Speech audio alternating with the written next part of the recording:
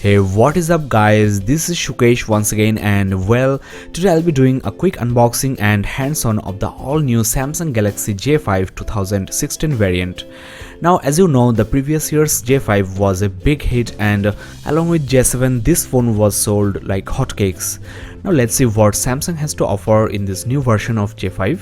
I have already done the unboxing of its bigger brother J7 and I'm quite happy with that.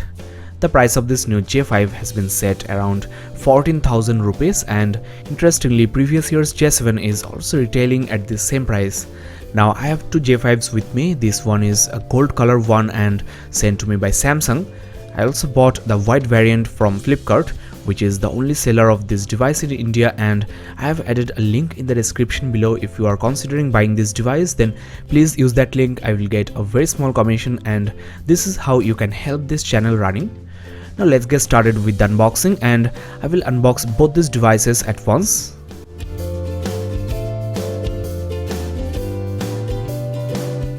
There you go, the new Samsung Galaxy J5 2016 white color, and the build quality of this phone seems much improved, and I'm also liking this finish. Samsung has finally got rid of the leather-like back cover, and we are also getting a metal frame with glittering chamfered edges, and the color is also silver matching white. This metal frame is more reliable than the plastic chrome finished rim we have seen on its predecessor, which can wear off within months if you use a hard case. Now let's also unbox this gold variant as well.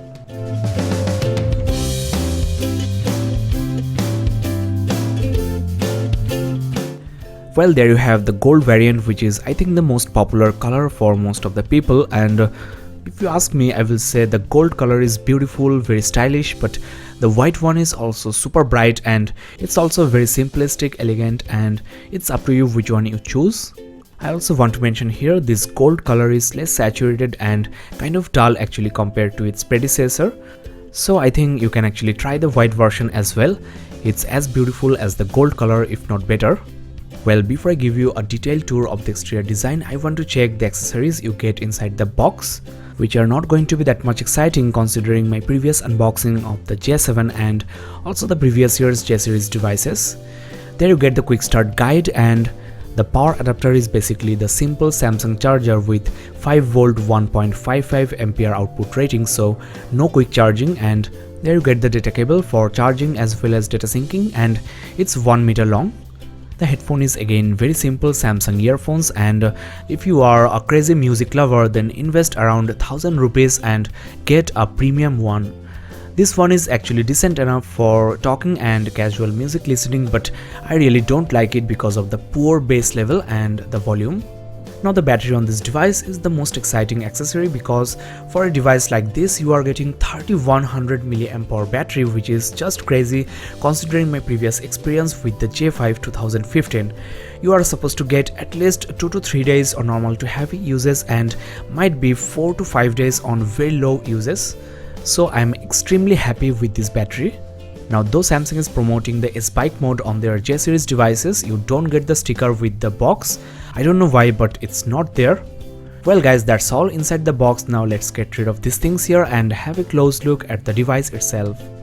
Well, the Samsung J series devices have been proved to be well performer with very reliable lag-free interface and excellent battery. If you are just simply looking for a long-lasting device without any sudden problem, then the J series devices are good to go. But as you know, there are devices coming up from Chinese brands like Xiaomi, Lenovo, Leico with crazy specs and also much lower price tag. So in 2016, is this new J5 really worth it?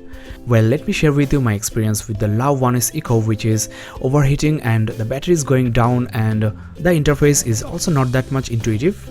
Of course, not all the phones are bad. There are some Xiaomi phones which are quite good, but these J series devices have already well played in the market, and as I mentioned before, the battery performance and also the camera quality, the display, and of course the software, the user interface are quite appreciable on the smartphones. And of course those Chinese phones are more powerful, and I'm not telling you are taking risk getting one of those, but just check some reviews and user feedbacks before you buy. Now I haven't used this particular J5 2016 variant yet, and I cannot assure you this is a 100% flawless device. Just wait for my full review where I'll talk about all the pros and cons, the issues with the phone, and the reasons you should or should not buy. So keep in touch. Now let me give you a quick tour of the exterior ports and design. First of all, you get a beautiful 5.2 inches HD Super AMOLED display with 282 ppi pixel density, which is of course not exciting but not bad at all. I will talk more about this later. The screen to body ratio is good 70.7% thanks to the very narrow bezel. Just below the display you are getting your navigation keys, your capacitive back, the push button home key and the app switcher. The front camera shoots 5 megapixel stills and full HD videos. You are also getting an LED flash, which is basically a continuous torch. Compared to the previous year's J5, you are getting a faster f1.9 lens. The ear speaker grill is just in the middle, and as usual this J series device lacks some vital sensors. For example, you are not getting any ambient light sensors, so no auto brightness, and there is no magnetometer as well, so this smartphone is not compatible with VR kits, and this might also cause some problems while navigating. The rear or main camera is a 13 megapixel shooter with full HD recording, and the maximum aperture is again f1.9, which will be really handy for low light shooting, and you are also getting the single LED flash and the loudspeaker grill on the either side of the camera lens. There is nothing at the top, no secondary microphone hole, and at the bottom you will find the earphone jack and the micro USB 2.0 port, which is also OTG enabled. That is, you can attach your pen drives, hard drives, your mouse, keyboards, etc. There you get your microphone hole. The power key is on the left and the volume rocker is on the right side of the phone. The back cover has some metal finish which looks and feels very premium. This smartphone weighs 159 gram and the maximum thickness is 8.1 mm. Well, that's all on the exterior. Now let's install the battery and switch on the device. There you have the slot for the huge battery, and as you know, this device also supports NFC, so you are getting the NFC reader on the cover. This is a dual SIM device with micro SIM slots, and there is an SD card slot as well, which is expandable up to 128 gig. So storage should not be a problem on this phone.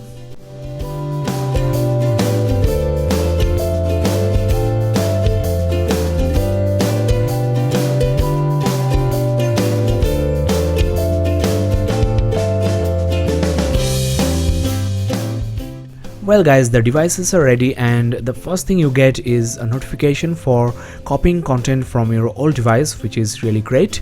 As you can see, the white frame is looking quite prominent even when the screen is on. The display resolution is not looking bad at all from this distance. I cannot see the pixels, and the interface is also feeling very snappy. Super AMOLED displays are always rich in color with crisp pixels, and viewing angles are also best in class, and I think you will love this display quality. It's also very bright, will be really great for watching movies or playing games. You are getting flipboard on the home screen, which you can always remove, and as usual, before I open any application, let's quickly check the storage, RAM and the Android version.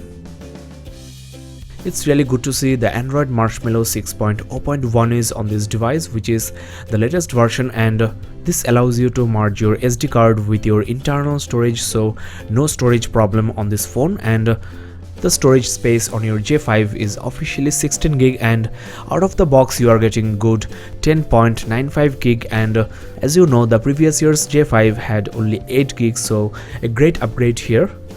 The RAM on this phone is 2 gig, and let's see how much we have free for the user. The Smart Manager helps you to manage your storage, RAM and also the battery.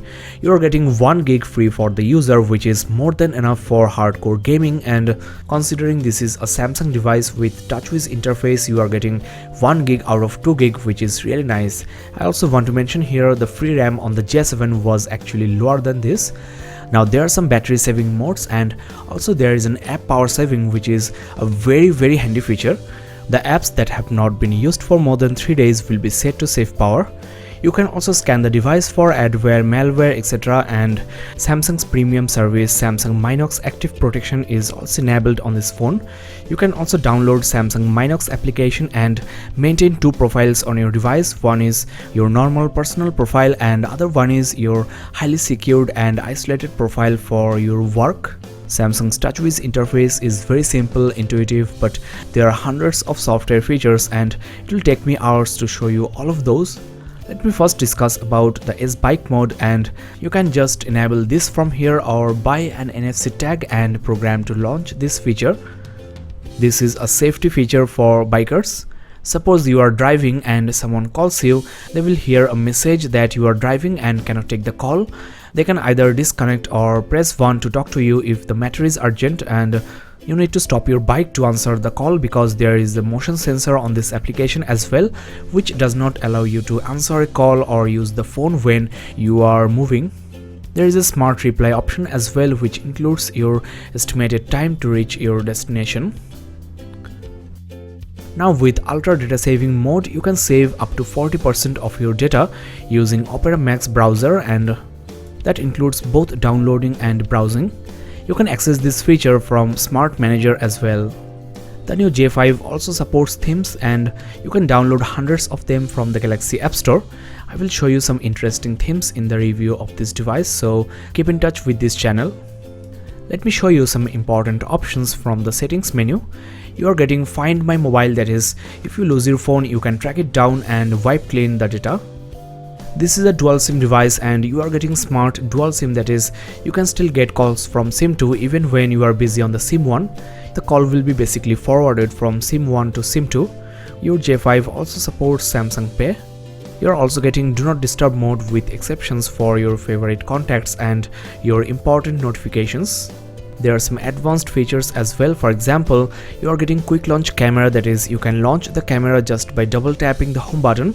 This works anywhere, anytime, even when the screen is off, and though the display is just 5.2 inches, you are getting Samsung's reduced screen size and one-handed input options, that is, just triple tap the home button and you can shrink the whole display to your right or left. So a very nice feature for handling this phone with one hand.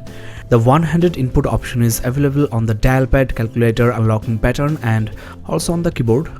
You are also getting Smart Alert, that is, if you have any pending notification when you pick the phone up from your table, the phone will vibrate, and Easy Mute basically mutes your incoming calls and alarms when you flip the phone. Let me also show you a very handy safety feature.